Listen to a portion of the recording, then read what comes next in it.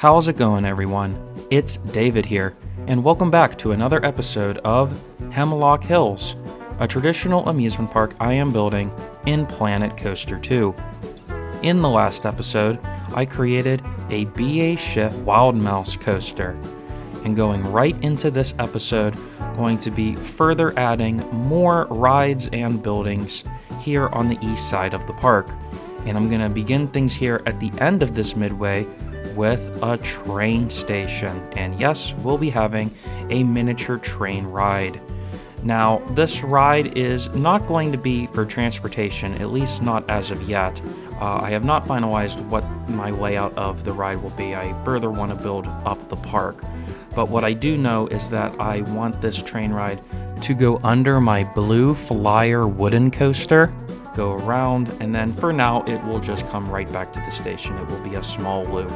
Now, this is a miniature train ride, and this is as close as I can come to like a CP Huntington train, which are found at a lot of zoos and small amusement parks.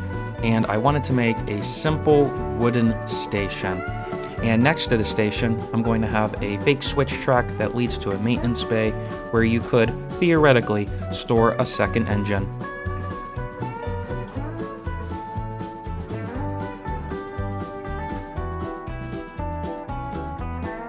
I realized I have a big open gap in between the train station and the Skyride station, so I decided to add a little fountain just to make it look nice and fill in some empty space. I am not a big fan of amusement parks that have big, wide open concrete paths with little to nothing in the middle.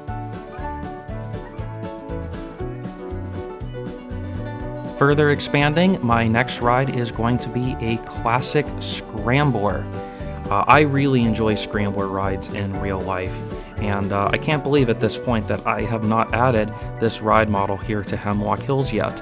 And I think putting this right next to the Wild Mouse and with it acting as a backdrop will be quite nice. And to give it more of a timeless feel, I am keeping with my aesthetic of having a wooden picket fence around my flat rides. Now, over on this side of the park, I realized I didn't have any food stands.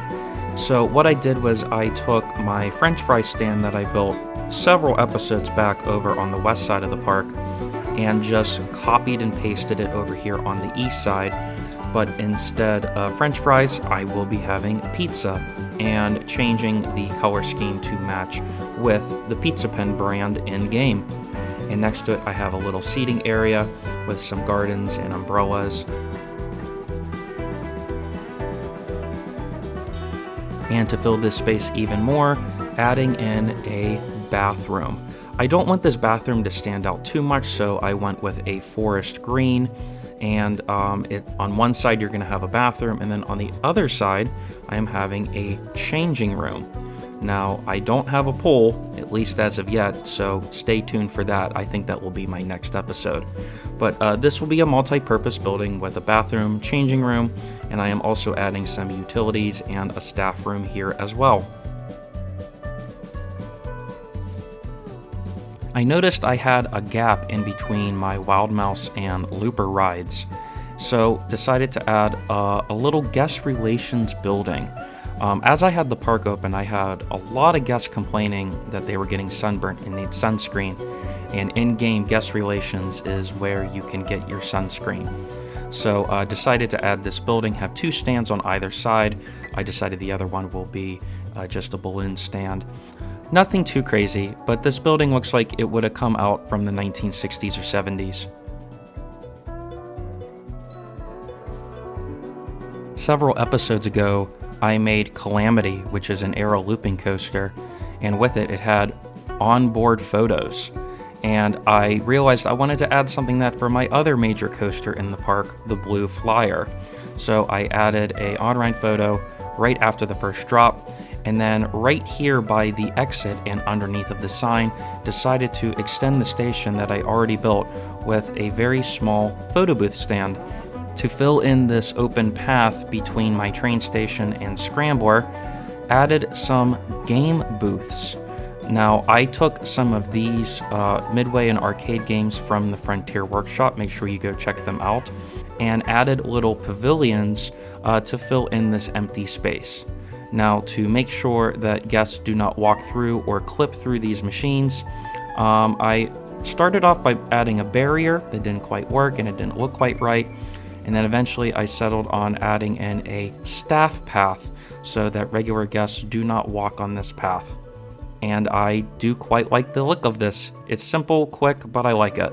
And since this area of the park does not have a lot of shade, decided to add some planters, spread them out throughout the path to add in more trees, foliage, and natural shade. And that's going to do it here for this episode.